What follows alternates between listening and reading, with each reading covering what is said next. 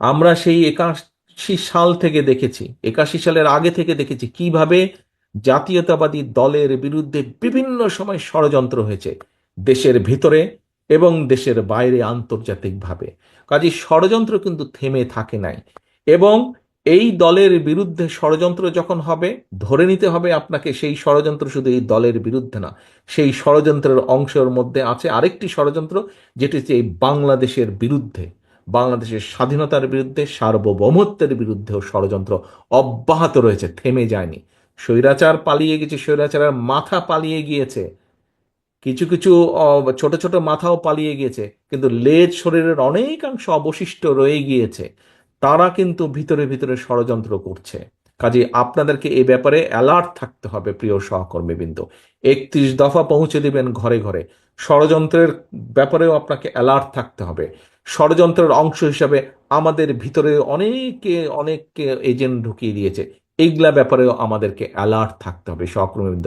সেই জন্যই আমি বলেছি, আপনারা আজকে যারা এখানে উপস্থিত হয়েছেন, আপনারা প্রত্যেকে এক একজন নেতা হিসাবে উপস্থিত হয়েছেন, আপনাদেরকে চোখ কান খোলা রাখতে হবে সহকর্মীবৃন্দ। আগামীর যে নির্বাচন হবে, আগামীর যে নির্বাচন হবে, আপনাদেরকে আমি 100% গ্যারান্টি দিয়ে বলতে পারি, কেউ যদি মনে মনে ভেবে থাকেন আরে এখানে তো প্রধান প্রতিপক্ষ নাই অথবা দুর্বল হয়ে গেছে, নির্বাচন খুব সহজ হবে, no, no, no and no.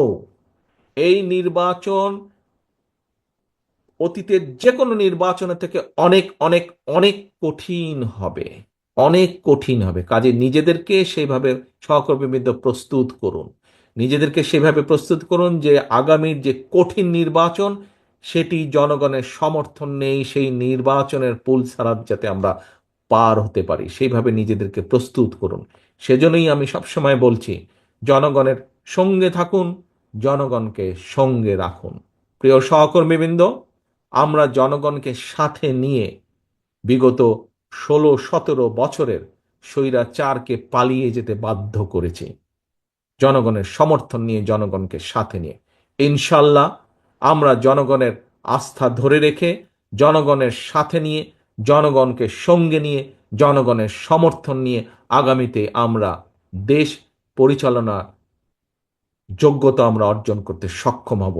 এই আমার দৃঢ় বিশ্বাস, এই আমাদের দৃঢ় বিশ্বাস। আসুন আমরা যাতে আমাদের আজকের এই 31 দফাকে ভবিষ্যতে 31 দফায় যা আমরা উল্লেখ করেছি সেই মোতাবেক যাতে আমরা জনগণের কল্যাণে, রাষ্ট্রের কল্যাণে, দেশের কল্যাণে আমাদের পরিকল্পনাগুলোকে বাস্তবায়িত করতে পারি, তার জন্য যে যে পদক্ষেপ গ্রহণ করা প্রয়োজন আমরা সেই পদক্ষেপগুলি গ্রহণ করব। পরিশেষে বক্তব্য শেষ করার আগে একটি কথা দিয়ে শেষ করতে চাই, জনগণের সঙ্গে থাকুন, জনগণকে সঙ্গে রাখুন।